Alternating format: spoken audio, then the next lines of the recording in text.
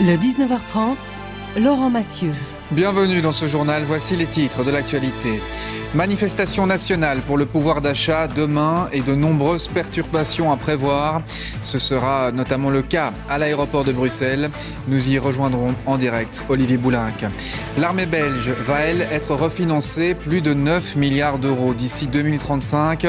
La somme n'est pas anodine et c'est clairement une réponse à la guerre en Ukraine et à la situation géopolitique de plus en plus instable. Coup de projecteur ce soir sur ces Wallons qui vont travailler en Flandre.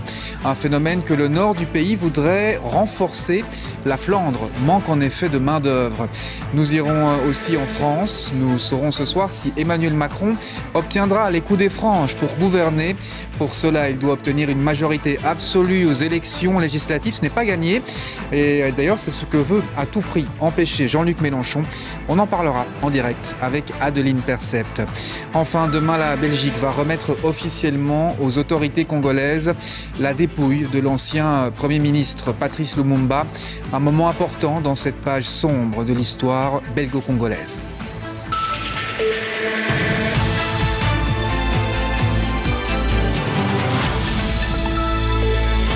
Voilà pour les titres, bonsoir à tous.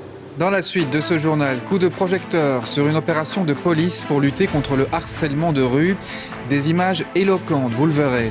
Notre séquence Un œil sur demain s'intéressera, elle, à ce qu'on appelle la médecine prédictive. Explication dans un instant.